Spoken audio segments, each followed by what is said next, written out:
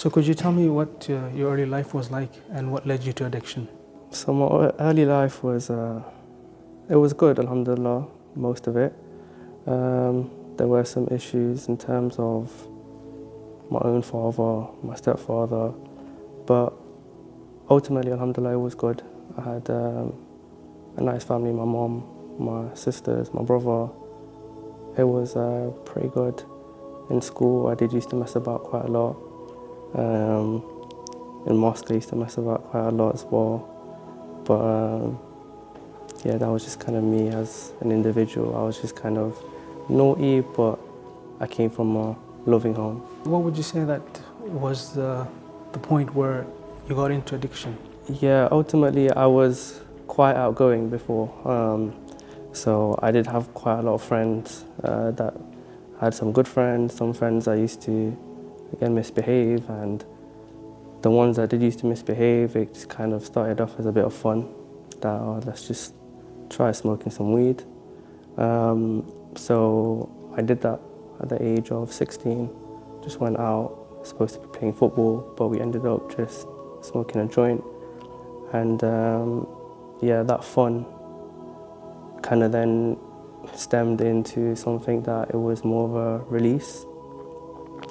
So yeah, anytime I felt any sort of negative emotion, or anytime I used to kind of reflect on the bad parts of my past, I would go to that as a release or as an escape. Or anytime I felt anxious, again, I'd go to that as an escape, until it became something where I couldn't not do it if I wanted to function properly. It was, some people say that, you know, you're not smoking a joint, the joint's smoking you. That's kind of what it was like. What made you feel that you wanted to turn things around? Things at home got pretty bad. I didn't really see that it was my fault, but ultimately now I do realize it was my fault. But yeah, things were pretty bad at home, and when I did try to stop, I couldn't stop.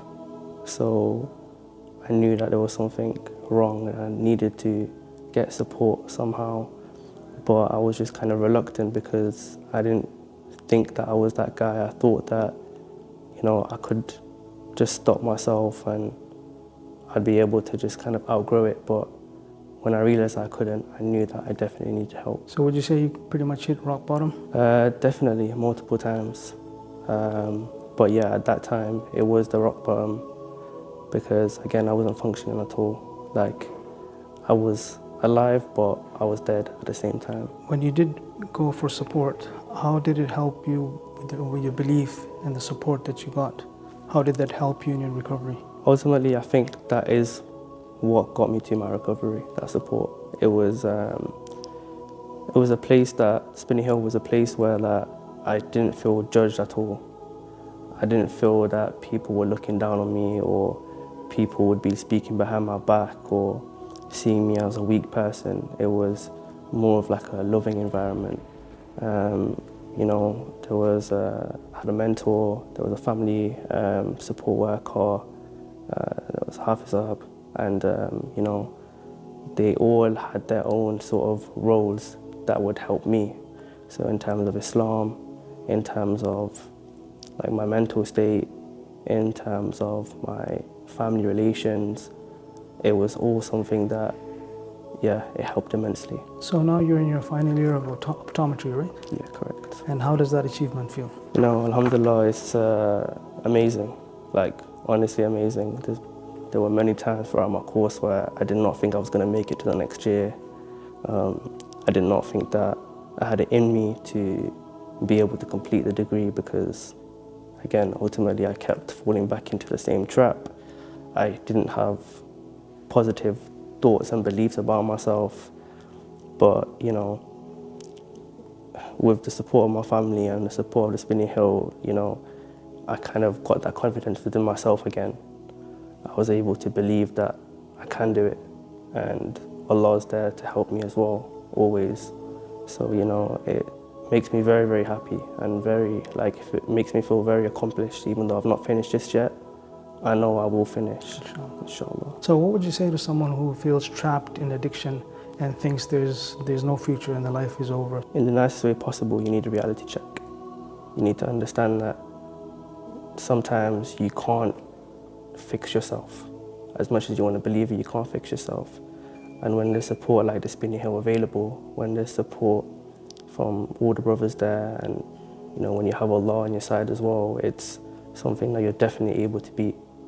And no matter how many times you fall, you got to get yourself back up. So one last thing I wanted to ask you was that a lot of the young brothers at your age, they enjoy that life, but it ultimately is going to lead them to a bad place. What would you say to them? That fun and that enjoyment is all superficial.